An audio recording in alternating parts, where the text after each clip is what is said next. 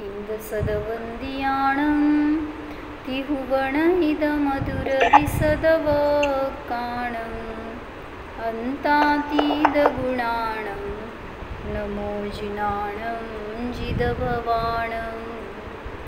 कुंदकुंदाचार्य भगवान की जय। पंचाक्षरामध्ये गाथा नंबर 5 आहे। काय सांगायला लागलेत की जे पण द्रव्य आहे ते गुणपर्यायाने सहित असतं। मग त्याच्यामध्ये आपलं अस्थिकायाचं प्रकरण चालू आहे। म्हणजे 5 अस्थिकाय आहेत तर ते गुण आणि विविध पर्यायांनी सहित आहेत असं सांगितलं होतं। 5 अस्थिकाय ह्या विविध गुण आणि पर्यायांच्या द्वारे 5 अस्थिकायांचं अस्ति आणि कायत्व आहे, ज्याच्याद्वारे की 3 लोकाची निष्पत्ती होते असं सांगितलं होतं। तर त्याच्यामध्ये आपलं अस्तित्वाचं प्रकरण झालं होतं। अस्तित्वाचा संभव प्रकार सांगितला होता। पुढं कायत्वाचं प्रकरण सुरू झालं होतं। काय सांगितलं मी? अवयव कशाला म्हणलं होतं आणि अवयवी कशाला म्हणलं होतं? अवयवी म्हणजे द्रव्य आणि अवयव म्हणजे त्याचे अंश, त्याचे प्रदेश, ह्याला तर ते अवयव म्हणले गेले।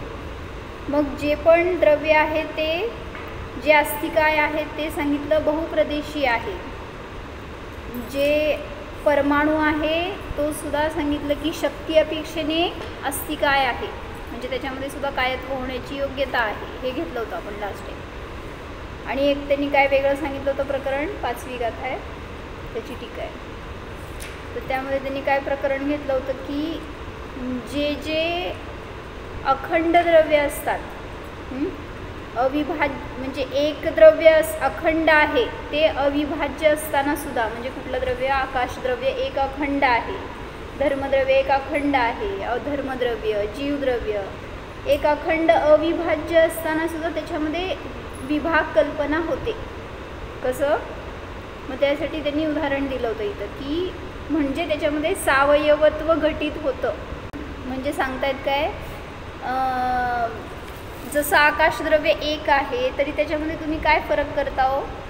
त्यांनी उदाहरण दिलं इथं की जसं घटाकाश, पटाकाश असे भेद केले त्यांनी। म्हणजे काय, घटाचं क्षेत्र वेगळं, पटाचं क्षेत्र वेगळं, मग एकच अखंड आकाश असताना सुद्धा तुम्ही वेगळे भेद केले ना त्याच्यामध्ये, मग तरी काय ते वेगळं वेगळं झालं का? म्हणजे आहे तर अखंडच, खंडित झालं नाही आकाश। मग म्हणून सांगतायत की असं अविभाज्य असताना सुद्धा अस्थिकायामध्ये जे बहुप्रदेशी द्रव्य आहे त्यांच्यामध्ये विभाग कल्पना घटित होते। रूपाताई तुम्हाला शास्त्र वाचायचं आहे, टीका वाचायची आहे, बसा घेऊन शास्त्र।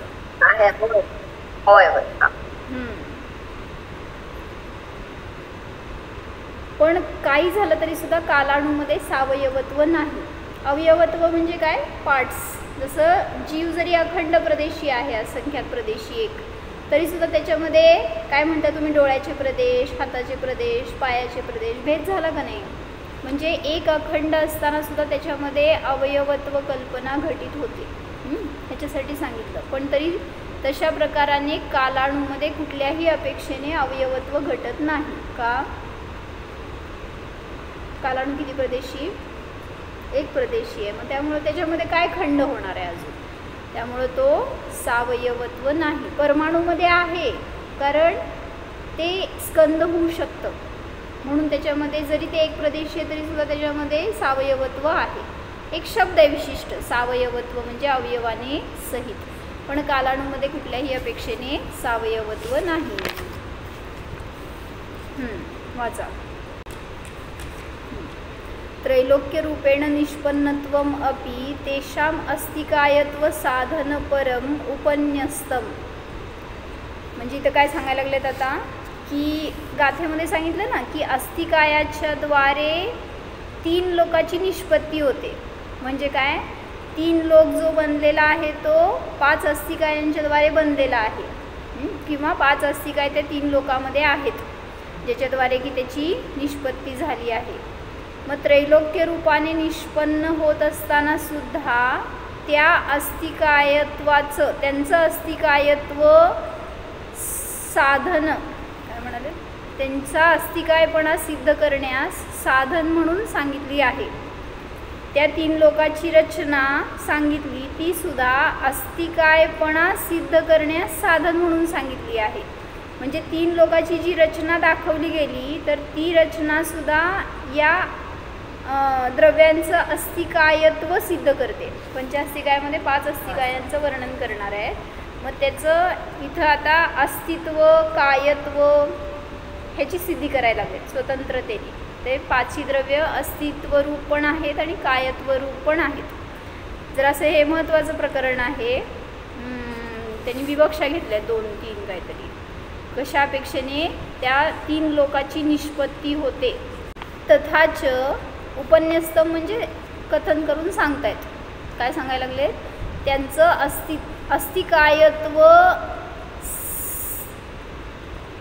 अस्तिकायत्व सिद्ध होतं ह्याच्यातून. जे 3 लोकाची निष्पत्ती झाली त्याच्यातून सुद्धा या 5 द्रव्यांचं अस्तिकायत्व सिद्ध होतं हे सांगायला लागले. त्याचेच विवरण करतात. तथाच त्रयाणाम, येतं वाचलं, त्रयाणाम ऊर्ध्व अधो मध्य लोकानाम उत्पाद व्यय द्रव्यवन्तः तद्विशेषात्मकाः भावाः भवन्तः तेषां मूलपदार्थानां गुणपर्याययोगपूर्वकम् अस्तित्वं साधयन्ति. तथाचने खुलासा करतात. त्रयाणाम म्हणजे 3घांचं, कोणाचं, ऊर्ध्व, मध्य आणि अधोलोकाचं. अजून 3घांचं म्हणजे उत्पाद व्यय द्रव्यात्मक, भाव म्हणजे पदार्थ, जे काही पदार्थ आहेत त्यांचं भवन्तः म्हणजे भवनरूप, होणेरूप होत असताना त्यांचं म्हणजे मूल पदार्थांचं गुणपर्याय योगपूर्वक अस्तित्व सिद्ध होतं. म्हणजे पहिल्यांदा सांगायला लागले, त्या 3 लोकांच्या निष्पत्तीवरून अस्तिकायाचं कशी सिद्धी होते त्याच्यासाठी पहिला हेतू दिला. काय सांगितलं, उत्पाद व्यय ध्रुव कोणामध्ये घटित होतं, जे सत आहे त्याच्यामध्येच घटित होतं. किंवा जे सत आहे ते उत्पाद व्यय ध्रुवयुक्त आहे, जे उत्पाद व्यय ध्रुवयुक्त आहे ते सत आहे. म्हणून तिथे सांगतायत की जे 3 लोकांचे विशेष स्वरूप आहेत असे ऊर्ध्व, मध्य आणि अधोलोकातील उत्पाद व्यय द्रव्यात्मक सर्व पदार्थ भवनरूप होत असताना म्हणजे परिणमन करत असताना आपल्या मूल पदार्थांचे गुणपर्याययुक्त अस्तित्व सिद्ध करतात. म्हणजे ते पदार्थ गुणपर्याययुक्त आहेत, उत्पाद व्यय ध्रुवयुक्त आहेत आणि ते त्यांचं अस्तित्व सिद्ध करतात. म्हणजे 3 लोकातील पदार्थ कथनचित सदृश एकरूपा राहतात आणि कथनचित बदलत राहतात. म्हणजेच नित्य पण आहेत आणि अनित्य पण आहेत पर्यायाच्या अपेक्षेने. त्यावरून हे सिद्ध होते की 3 लोकातील मूल पदार्थ कथनचित सदृश राहतात तर कथनचित बदलत राहतात. काय कळलं?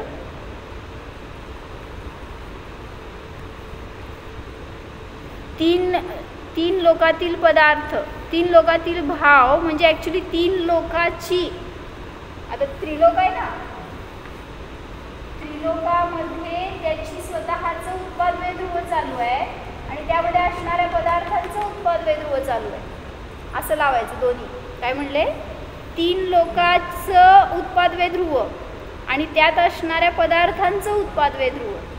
मग कोण कोणाची सिद्धी करत आहे, तर 3 लोकाची जी सिद्धी करायची आहे त्याच्यातच त्या द्रव्यांच्या अस्तिकायाची पण सिद्धी होते. असं म्हणजे दोन्हींचे सिद्धीवरून एक्सप्लेन करतायत. परत वाचते. 3 लोकातील भाव कथनचित सदृश एकरूप असतात. पर्याय म्हणा, ह्या मध्य लोकाची पर्याय, या अधोलोकाची, हे पण एक द्रव्य आहे ना, लोकाकाश म्हणजे पण. त्यामुळं अधोलोकाचं परिणमन, मध्यलोकाचं, ऊर्ध्वलोकाचं परिणमन, हे परिणमन कथनचित सदृश आहे, कथनचित विसदृश आहे, बदलत राहतात. म्हणजेच नाही, यावरून सिद्ध होते की तीन लोकातील मूल पदार्थ सुद्धा कथनचित सदृश राहतात आणि कथनचित बदलत राहतात. म्हणजेच मूल पदार्थांचे अस्तित्व उत्पादवे द्रव्य रूपाने किंवा गुणपर्याय रूपाने आहे. सदृशता द्रव्य आणि गुणांची व्यंजक आहे, तर बदल हा उत्पादवे आणि पर्यायाचा व्यंजक आहे. सदृशता म्हणजे कुठल्या अपेक्षेने सगळे द्रव्य सेम आहेत? ध्रुवत्वाच्या अपेक्षेने. आणि उत्पादव्याच्या अपेक्षेने त्यांच्यामध्ये बदल चालू आहे. काय कळलं सांगा? सदृशता ही गुण आणि द्रव्याचं सूचक आहे आणि बदल आहे तो उत्पाद आणि व्ययाचं किंवा पर्यायाचं सूचक आहे. म्हणजे आता उत्पादवे ध्रुव आणि गुणपर्याय ह्याच्यामध्ये सदृश आणि विसदृशता दाखवायची. मग सदृशता कशी दाखवली? गुणांच्या अपेक्षेने सदृश आहेत आणि ध्रुवाच्या अपेक्षेने सदृश आहेत, आणि विसदृशता पर्यायाच्या अपेक्षेने आणि उत्पादव्याच्या अपेक्षेने. असं त्यांनी त्या एका दोन सूत्रांच्या मध्ये घटित करून दाखवलं. उत्पादवे द्रव्ययुक्तम सत आणि गुणपर्याय व द्रव्यम ह्या सगळ्यामध्ये याच्याद्वारे तीन लोकाची निष्पत्ती आणि त्या असणाऱ्या त्याच्यातल्या मूळ पदार्थांचं अस्तिकायत्व दोन्ही सिद्ध करून दाखवायला लागले. म्हणजे ते तीन लोक सुद्धा उत्पादवे ध्रुवयुक्त आहेत, गुणपर्यायुक्त आहे, आणि त्यामध्ये असणारे पदार्थ सुद्धा उत्पादवे ध्रुवयुक्त आहेत आणि गुणपर्यायुक्त आहेत. त्यामुळे ते कथनचित सदृश आहेत, कथनचित विसदृश आहेत. ही पहिली विवक्षा सांगितली. पण हे मग वास्तविक काय जरी सांगितलं तरी मग ते कशात घटवा लागले असं?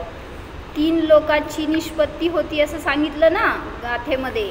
काय? या अस्तिकायांच्याद्वारे तीन लोकांची निष्पत्ती होते.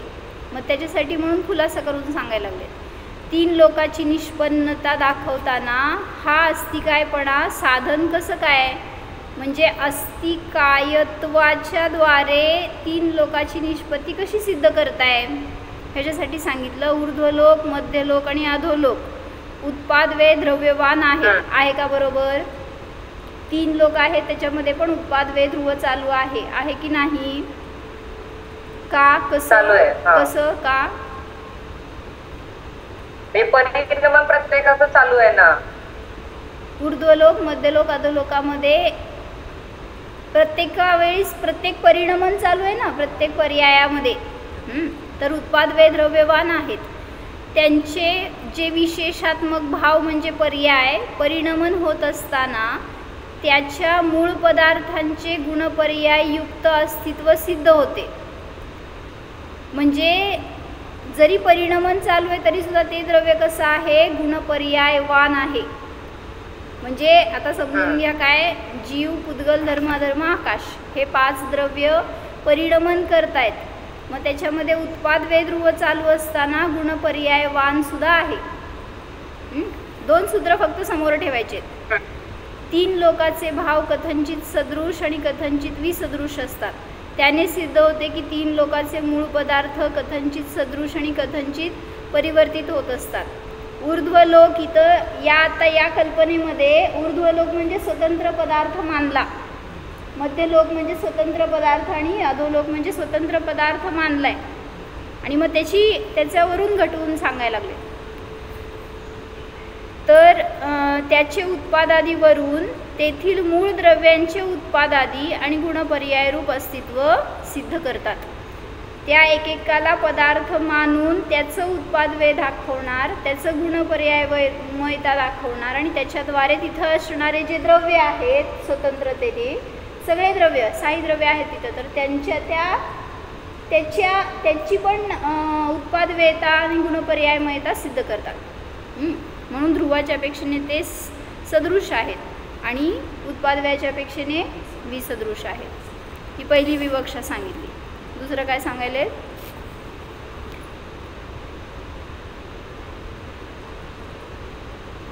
अनुमीयतेच धर्म अधर्म. धर्म अधर्म आकाशानां प्रत्येकम ऊर्ध्व अधो मध्य लोक विभाग रूपेण परिणमनात कायत्व आख्यम सावयवत्वम. काय सांगायला लागलेत? आणि अनुमान केलं जातं काय? धर्म अधर्म आकाशद्रव्याचं प्रत्येकी ऊर्ध्व अधो मध्य लोक विभाग रूपाने परिणमन होत असल्यामुळे कायत्व नावाचं सावयवत्व आहेच. म्हणून ह्याच्यावरून अनुमान केलं जातं की सावयवत्व म्हणजे काय? अवयवाने सहित. दुसरी विवक्षा सांगतात सावयवत्व म्हणजे अवयवाने सहित. मग 3 लोक आहे, हे अवयवाने सहित आहे की नाही? हा वरचा अवयव, हा मधला अवयव आणि हे खालचा अधोलोक, असं त्याचं 3 पार्ट्स केले. त्यामुळं सांगतायत की धर्म अधर्म आणि आकाशद्रव्याचं प्रत्येकी ऊर्ध्व लोकातलं धर्मद्रव्य अधर्मद्रव्य आकाशद्रव्य, मध्य लोकातलं आणि अधोलोकातलं, असं त्याच्यामध्ये सुद्धा विभाग कल्पना झाली. म्हणून त्याच्यामध्ये सावयवत्व घटित होतं.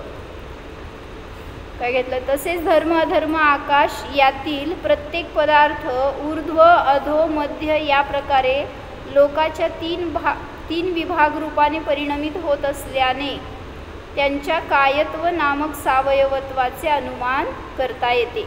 म्हणजे हे अस्तित्व सांगितलं वरती आणि आता इथं कायत्व सांगतायत. म्हणजे अस्थि आणि कायत्व दोन्हींची सिद्धी केली आहे त्रिलोकावरून.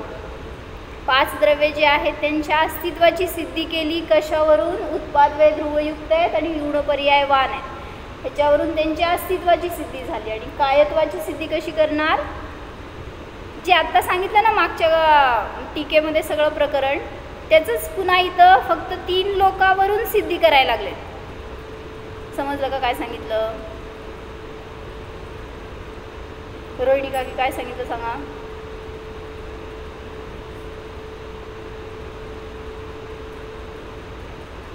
सुजाता काकी? अस्तित्व आणि कायत्व दोन्हीचे सिद्धी करतात 3 लोकांच्या आधारे. 3 लोकांच्या आधाराने. आता मागच्या टीकेमध्ये स्वतंत्रतेने सिद्धी केली होती, आता 3 लोकांच्या आधाराने सिद्धी करायला लागले. कसं कळलं सांग रुपाली मला? मी इथं पुस्तक घेऊन सिरियसली वाचते, मला टफ जायला लागलं. तू सगळं करत करत मस्त संस्कार व्हायले त्या स्वयंपाकावर तुझ्या. बोल बंद केलं की काय कळलं सांग? चल बंद केलं. बर.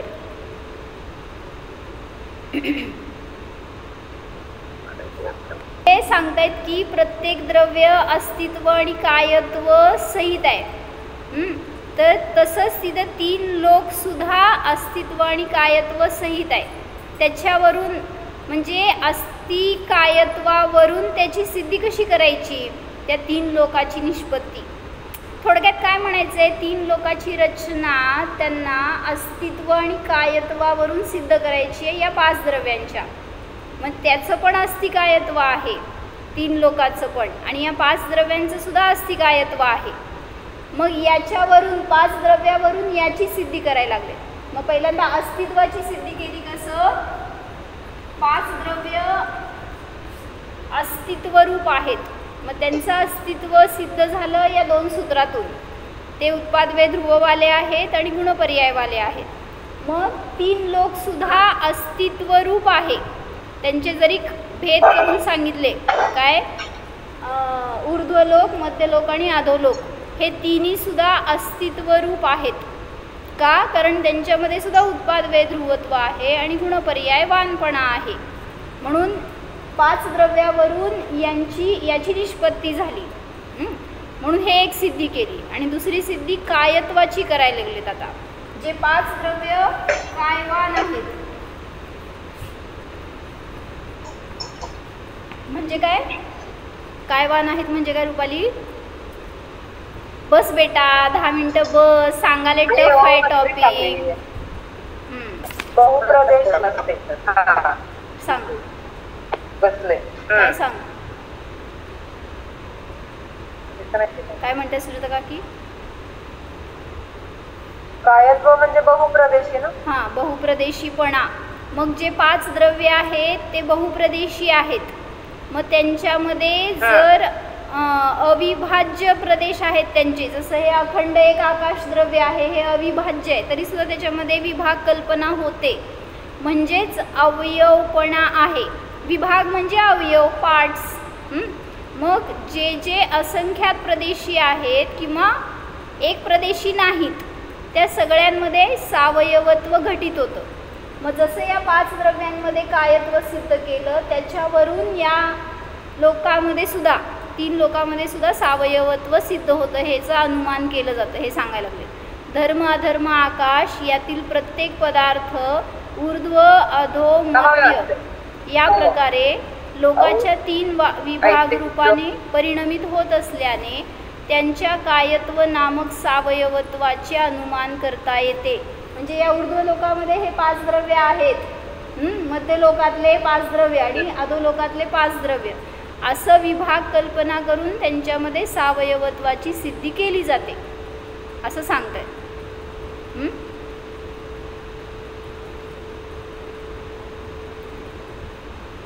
खाली टीप आहे ती वाचा पाहिजे. सूत्रात प्रत्येक शब्द पुस्तकात नाहीच येतं ते तुम्ही आता वाचताना घ्याल. धर्म अधर्म आकाश पुढे काय धर्म धर्म प्रत्येक शब्द कुठं होता इथं या सूत्रात नाही. प्रत्येक तुमचा आवाज क्लिअर येईना. काय म्हणताय? प्रत्येक शब्द काय म्हणताय? या सूत्रात इथं पुस्तकात नाहीये ते लिहायला पाहिजे ना. इथे कुठे घेऊ द्यायचं? नाही वर आहे ना टीकेमध्ये. टीकेमध्ये आहे ना सगळं. अमृतचंद्राचार्यांची टीका बघा त्याच्यामध्ये आहे. तर अविभाज्य म्हणजे काय ह्याचा अर्थ सांगतायत. ज्यामध्ये विभाग होऊ शकत नाही असा. जरी ही द्रव्य अखंड एक आहेत. कोण एक समोर ठेवा समजण्यासाठी. आकाश द्रव्य एक अखंड आहे. किती प्रदेशी आहे? आकाश द्रव्य किती प्रदेशी आहे? नाही अनंत प्रदेशी आहे. लोकाकाश आणि अलोकाकाश सगळं आलं ना त्याच्यामध्ये. त्यामुळं ते जरी एक अखंड आहे तरी त्यामध्ये प्रदेशद्वारा विभाग करता येतो. अंश कल्पना करता येते. त्यात अमूर्तपणा बाधक नाही. अमूर्तिक आहेत म्हणून त्याच्यामध्ये भेद होत नाही असं नाही. त्याच्यामध्ये सुद्धा भेद होऊ शकतो हे सांगितलं.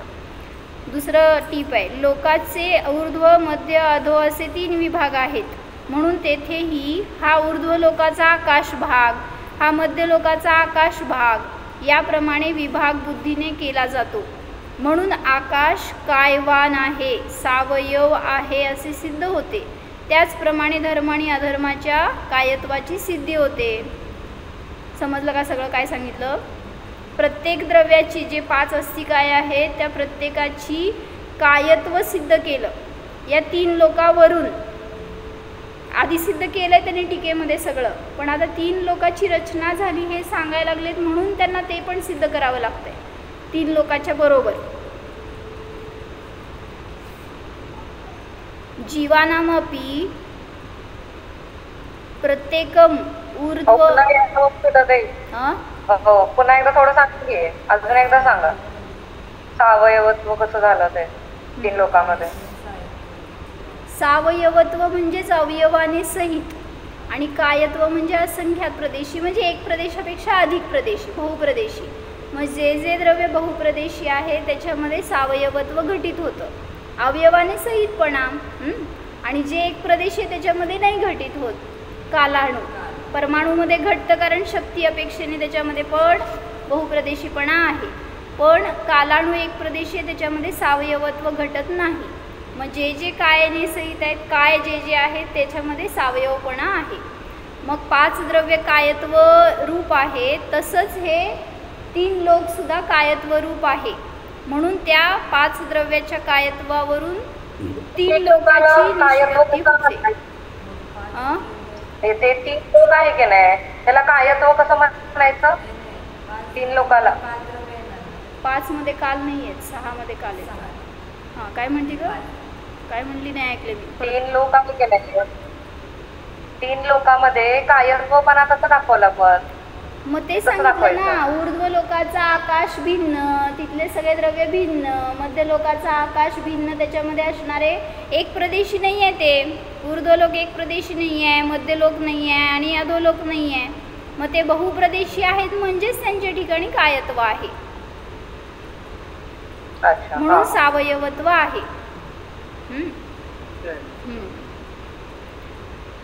जीवानामपि, आता जीवाचं पण सांगतायत. जीवानाम अपि प्रत्येकम ऊर्ध्व अधो मध्य लोक विभागरूपेण परिणमनात लोकपुरण अवस्था व्यवस्थित व्यक्त व्यक्तेः सदा व्यक्तेः सन्निहिते व्यक्त व्यक्तेः व्यक्तेः सदा सन्निहिते म्हणलं की सन्निहित शक्ती. सन्निहित शक्तेः तद अनुमीयते एव. बरोबर, अनुमीयते एव. मग जसं धर्म, अधर्म आणि आकाश या 3 द्रव्यांच्या सावयवत्वाची सिद्धी केली. कशी केली सांगा एका शब्दात मला. धर्म, अधर्म आणि आकाश हे 3 द्रव्य सावयव रूप आहेत की नाही? कसं? बहुप्रदेशीय आहेत, मग त्यांच्यामध्ये विभाग कल्पना होते म्हणून सावयवत्व आहे, एवढंच सांगायचंय. म्हणजे त्यांच्यामध्ये भेद होतो ना, की ते आकाशवरचं खालचं किंवा धर्मद्रव्य सुद्धा तिथं असणारा ऊर्ध्व लोकातलं धर्मद्रव्य, अधो लोकातलं धर्मद्रव्य, असं थोडाफार तुम्ही तिथं विभाग करू शकता, म्हणून त्यांच्यामध्ये कायच सावयवत्व घटित होतं. आता तसं जीवामध्ये पण सांगता. इथं कुठे लिहिलंय तसं? होय, इथं कुठे लिहिलंय तसं? वरचा भाग म्हणजे वरचे प्रदेश विभाग वेगळे आहेत, खालचे विभाग वेगळे आहेत, त्यांनी घेतलं ना म्हणून तिथं सावयत्व आहे. पहिलं वाक्य आहे ना, ते तेच ऊर्ध्व घेतलं. मध्य अधो म्हणजे तेच येणार ना, ते 3 भाग ऊर्ध्व मध्य अधो. पहिलं वाक्य तेच घेतलं होतं त्यांनी, त्याच्यासाठी जरा स्थिरतेने बस म्हणत होते तुला. सगळीकडे प्रत्येक ठिकाणी त्यांनी तेच घेतलेत, ऊर्ध्व मध्य अधो असं सेपरेट करून सांगतायत, नाहीतर एकच त्रिलोक असं सांगितले असते. पण ज्या अर्थी तिथं विभाग केला त्या अर्थी तिथले तिथले स्वतंत्र परिणमन दाखवायचे, त्याची सिद्धी करायसाठी त्रिलोकाची. पुढं जीवाचे सुद्धा प्रत्येकी ऊर्ध्व मध्य आणि अधो, ऊर्ध्व अधो आणि मध्य लोक विभाग रूपाने परिणमन होत असल्यामुळे, जेव्हा आता लोक पुरण समुद्घातामध्ये काय होतं सांगा? कोणाला होत असतो लोक पुरण समुद्घात? कोणाला होतो? केवली भगवंतांना जेव्हा केवली समुद्घात होतो ना 13व्या गुणस्थानामध्ये, तेव्हा त्यांचे आत्मप्रदेश संपूर्ण लोकाकाशाच्या प्रत्येक प्रदेशाला टच करतील एवढं पसरतात. एक कोण्यापर्यंत जाणार. मग आता समजा हा एकच जीव आहे जो 3 लोकांमध्ये व्याप्त झालाय, बर का? तो एक जीव, त्याचे आता पार्ट्स करून सांगा मला. ऊर्ध्व लोकातला जीव प्रदेश, त्या एकाच केवली समुद्घातातल्या जीवाचं सांगतायत. ऊर्ध्व लोकातल्या जीवाचे प्रदेश, मध्य लोकातला आणि अधो लोकातला तो जीव. म्हणून सांगतात की जीवाचं सुद्धा प्रत्येकी ऊर्ध्व अधो मध्य लोक विभाग रूपाने परिणमन होत असल्यामुळे लोकपुरण अवस्थेमध्ये व्यवस्थित असताना, म्हणजे लोकपुरण अवस्थेमध्ये स्थित असताना त्या अवस्थारूप व्यक्ततेची सदैव शक्ती असल्यामुळे, म्हणजे जीवामध्ये तशी शक्ती आहे की तो जर विस्तार रूपाने पसरेल तर संपूर्ण लोकाकाशामध्ये पसरू शकतो, अशी शक्ती प्रत्येक जीवामध्ये आहे. मग ती शक्ती असल्यामुळे जीवामध्ये सुद्धा कायवानपणा म्हणजेच सावयवत्व आहे. सन्निहित शक्ती हे सदैव ती शक्ती सन्निहित असल्यामुळे त्याच्यामध्ये सुद्धा कायत्व किंवा सावयवत्वाचं अनुमान केलं जातच, हे सांगितलं. समजलंय? म्हणजे जसं त्या 3 लोकांना पण पार्ट्स केले आपण, जरी एक आहे ते तरी सुद्धा, तसंच जीव सुद्धा अखंड पूर्ण पसरलाय त्या लोकाकाशामध्ये, तरी सुद्धा त्याच्यामध्ये सुद्धा अवयव कल्पना घटित होते. जाऊ दे, त्याच तुम्हाला समजण्यासाठी म्हणून त्यांनी खुलासा करून सांगितला. आता तुमचा प्रदेश असंख्यात प्रदेशी आहेत, मग तुम्ही म्हणता ना, काय म्हणायचं, धड वेगळं, काय म्हणायचं, सिर, मुखाचा प्रदेशातले आत्मा किंवा धडाच्या प्रदेशातले आत्मप्रदेश, अधोभागातले आत्मप्रदेश, असं तुम्ही तिथं पण कल्पना करू शकताय. म्हणजेच अवयवत्व घटित होतं. म्हणजे प्रत्येक ठिकाणी जे द्रव्य असंख्यात प्रदेश आहे त्याच्यामध्ये सावयवत्व कल्पना असते, अनुमान करता येते. उद्गलानामपि उद्गलानाम अपि ऊर्ध्व अधो मध्य लोक विभाग रूप परिणत महास्कंधत्व प्राप्ती काय परिणत परिणत महास्कंदत्व प्राप्ती व्यक्ती शक्ती योगित्वात शक्ती योगी तथाविध तथा विध आहे ना, तथाविधा पाहिजे. सावयवत्व सिद्धी ही अस्ति एव काय येतो? इति. अस्ति अस्ति एव. एव. तर काय सांगायला लागलेत आता, पुद्गलाचं सुद्धा अशाच प्रकाराने. पुद्गल आहे का हो 3 लोकांमध्ये व्याप्त असणारा एक पुद्गल आहे का नाही? महास्कंद कशाला म्हणायचं? जो महास्कंद असतो तो 3 लोक व्यापी असतो, सूक्ष्म आहे. इथं पण सगळा एक आहे माहिती का? महास्कंद पूर्ण व्याप्त आहे, म्हणजे तुमचं घर इथून टच आहे तुम्हाला. तसं पूर्ण लोकाकाशामध्ये व्याप्त असणारा एक महास्कंद आहे. जसं जीवाचे प्रदेश अखंड असताना पण लोकाकाशाला व्यापले, तसंच एक महास्कंद आहेच जो 3 लोक व्यापी आहे. मग त्याच्यामध्ये सुद्धा 3 प्रकारांनी कल्पना करा. ऊर्ध्व लोकातला तो महास्कंद, मध्य लोकातला आणि अधोलोकातला, अशा विभाग रूपाने 3 लोक रूपाने परिणमित महास्कंदपणाच्या प्राप्तीची अवस्था रूप आणि तद्रूप परिणमनाच्या शक्तिरूप असल्यामुळे पुद्गलाच्या कायवानपणाची म्हणजेच सांशत्वाची सिद्धी होते. म्हणजे ते पुद्गल सुद्धा सावयव आहे किंवा कायवानपणा त्याच्यामध्ये सुद्धा आहे, हे सिद्ध करायला.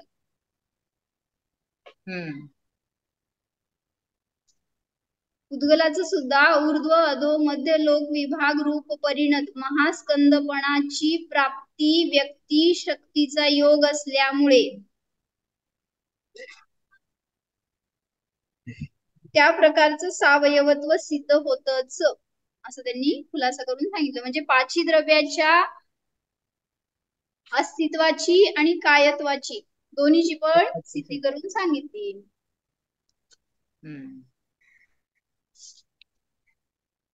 काय नाही समजलं ते विचारा. जसं त्यांनी उदाहरण घेतलंय की जसं एक नगर आहे आणि त्याच्यामध्ये हजारो घरं आहेत. त्या हजारो घरांना समुदाय रूपाने पाहिलं आपण तर नगर म्हटलं जातं. नातेपुते हे एक नगर, त्याच्यामध्ये असणारे सगळे घर म्हणजे वेगवेगळे आहेत ते एक आहेत, वेगळे आहेत पण नगर एक आहे. मग तसं म्हणलं की त्याप्रमाणेच जीव पुद्गल आदी पदार्थांचा जो समुदाय आहे त्यालाच 3 लोक म्हणलं आणि मग त्याच्यातच डिवाइड करत असताना हे वेगवेगळे आहेत हे दाखवलं. अशा रीतीने 3 लोकाची निष्पत्ती देखील या सर्व द्रव्यांच्या अस्तिपणा व कायपणाला सिद्ध करते. जसं ते सगळे घर त्या एका नगरामध्ये आहेत आणि त्याच्याद्वारेच त्या नगराची सिद्धी होते. नगर त्यालाच म्हणलं जाणार, एकच घर असेल तर नगर म्हणत नाही. मग तसं इथं पण 3 लोक जे म्हणतोय त्याच्यामध्ये सगळ्या द्रव्यांचं अस्तित्व आणि कायत्वाच्या द्वारे 3 लोकाची सिद्धी केली जाते. नाही समजून काय फायदा? कशासाठी वर्णन केलं? एकदम महास्कंदाचं जरा सांगा किंवा थोडं. 1च मिनिट राहिलाय ना, ते आता द्या करू आपण परत एक्सप्लेनेशन, त्यामुळे लिंक कट होईल. फक्त फायदा सांगते मी काय सांगितलंय तिथून, की हे सगळे जरी अस्तिकाय आहेत तरी सुद्धा ते माझ्यासाठी प्रयोजनभूत नाहीयेत. माझा जो शुद्ध जीव अस्तिकाय आहे तोच मला आश्रयभूत आहे. जरी 3 लोक काय म्हणायचं बहुप्रदेशी आहे, महास्कंदवान आहे वगैरे सगळं आहे, पण तरी सुद्धा माझ्यासाठी माझा एक जीवच प्रयोजनभूत आहे किंवा तोच माझ्यासाठी आधार घेण्यायोग्य आहे. शुद्ध माझ्या जीव अस्तिकायाची अनंत ज्ञानादी गुणांची सत्ता आणि सिद्ध पर्यायाची सत्ता आणि शुद्ध असंख्यात प्रदेश रूप कायत्वच माझ्यासाठी उपादेय आहेत. म्हणजे गुणपर्यायवान आहे माझं द्रव्य सुद्धा. कुठल्या गुणांनी सहित आहे? अनंत ज्ञान आदी अनंत गुणांनी सहित आहे. मग माझी सत्ता सिद्ध करायची तर गुण आणि पर्याय दोन्हींनी सहित आहे. मग सिद्ध पर्यायाची सुद्धा आत्ता माझ्यामध्ये सत्ता आहेच. कोणाच्यामध्ये असते सत्ता? जो भव्य आहे त्याच्याजवळ आत्ता सुद्धा वर्तमानामध्ये सिद्ध पर्याय आहेच. काय कळलं? सिद्ध ही पर्याय व्यक्त झाली तर तिथंच होणार आहे, पण आत्ता आहे का तुमच्याजवळ ती पर्याय? तर सांगितलं शक्तिरूपाने द्रव्यातच असते, त्याच्याशिवाय व्यक्त होत नाही. अभव्य जीवाकडे शक्तिरूपाने पण ती पर्याय नाही, पण आपल्याजवळ ती शक्तिरूपाने पण आहे आणि व्यक्त होऊ शकते. मग माझ्यात असेल पर्याय तरच व्यक्त होणार. म्हणून म्हटलं तुमचा द्रव्य कसा आहे, अनंत पर्यायांचं पिंड आहे. त्यामुळं पूर्वीभवा तुम्ही जर नारकी असाल ना, तर त्या पर्यायसुद्धा आत्ता आपल्यामध्ये आहेत. कुठं जाणार? द्रव्याची पर्याय जी उत्पन्न होऊन नष्ट होणार आहे, तर ती कुठं जाणार? प्रत्येक द्रव्यामध्येच त्या सगळ्या पर्याय अंतर्भूत आहेत अजून पण. जसं महावीर भगवान आत्ता सिद्धशिलेवर सिद्ध अवस्थेत आहेत, तरीसुद्धा त्यांचे जे काय आपल्याला माहिती असलेले 10 भवातले पर्याय आहेत ना, सगळे त्यांच्या द्रव्यातच आहेत. म्हणजे आत्ता ते सिंह पण आहेत, वर्धमान पण आहेत, काय ते त्रिपृष्टी नारायण होते ते पण, सगळ्या पर्याय त्यांच्यामध्ये आहेत, फक्त त्या भूतरूपाने आहेत. काय कळलं? सांग. म्हणजे पर्याय आहे ती बाहेरून येत नाही, कुठल्याही द्रव्यामध्ये असलेलीच पर्याय व्यक्त होते. म्हणून आत्ता आपल्यामध्ये केवळ ज्ञान शक्ती आहे, तर आपण व्यक्त करत नाही म्हणून आता ज्ञानाची कमजोरी वाटते. हे कळलं नाही असं वाटतंय, हो म्हणा. कळालंय मला ते. म्हणजे जिथं आपण उपयोग नाही लावत तिथं अजून अव्यक्त आहे ते ज्ञान, जिथं लावणार तिथं ते व्यक्त होतं. मग असंच केवळ ज्ञान प्रगट झालं, ते स्वभावाला जाणलं, त्याला व्यक्त केलं पर्यायात, म्हणून तिथं केवळ ज्ञानाची अभिव्यक्ती झाली. मग हे सर्व कथन केलं ते पदार्थाचं यथार्थ स्वरूप समजून घेण्यासाठी. आणि या स्वरूपाच्या द्वारेच स्वरूप समजलं तरच जीवाचं कल्याण होणार. म्हणजे नुसतं जीवाचं स्वरूप नाही समजून घ्यायचं, तर सगळ्या द्रव्यांचं स्वरूप समजलं तर आपल्याला त्यातून हेय काय, उपादेय काय, प्रयोजनभूत काय हे समजणार. ते आपल्याला सॉर्ट आऊट करता येणार. नाहीतर मग सगळे घरातले उपादेय वाटतात का नाही? मला माझा जीव तेवढं वाटत नाही, पण सगळे जीव प्रिय आहेत घरामध्ये, ते माझे आहेत असं वाटतात. त्यांच्यापासून किती वैराग्य होतं सांगा? भांडल्यावर नाही होते ना, भांडण करता म्हणजे. तर सांगायचं आहे की ते म्हणजे आपल्याला इष्ट वाटतात, त्यांच्यामुळं आपल्याला आपलं सुख वाटतं. समजा उद्या पोरांनी दीक्षा घेतली तर अनिष्ट होणार ते, जसं सुकुमाल मुनींची माता. म्हणून म्हणलं की आपण आपल्या अस्तित्वाला असं डिवाईड केलं आहे सगळ्यांमध्ये. जेवढं मोठं कुटुंब ना, तेवढं अस्तित्वाचं डिवायडेशन झालं. नाहीतर जेवढा परिग्रह जास्त, त्या सगळ्यामध्ये आपण आपलं अस्तित्व ठेवलेलं असतं. कानातले, गळ्यातलं किती जास्त आणणार आहे ना, सगळ्यामध्ये आपला मोह अडकलेला असतो. एक जरी तुटलं, फुटलं, हरवलं, नेलं, चोरी गेलं तर बाकीच्या सगळ्याचा असलेल्याचा विचार नसतो. गेलं कुठं, नसलेल्यामध्ये अडकतो, तिथं आपलं अस्तित्व नष्ट झाल्यासारखं वाटतं आपल्याला. म्हणून म्हणतात की बाकीच्या सगळ्या द्रव्यातनं आपलं अस्तित्व स्वतःमध्ये घ्या आणि आहे इथं ते जाणा, आणि त्या अस्तित्वाला बाहेर कुठल्याही परद्रव्याची वगैरे आवश्यकता नाही. हो, जाणा.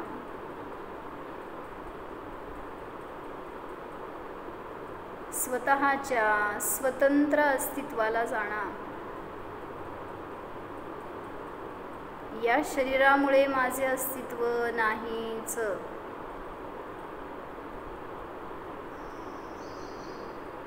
मी स्वयं सत्स्वरूप आहे. गुणपर्यायवान आहे. उत्पाद वेध्रुववान आहे. अविनश्वर आहे जाणा.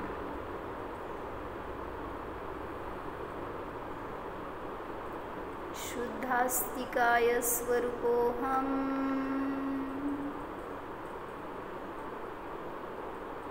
सिद्धोऽहम्. ओम.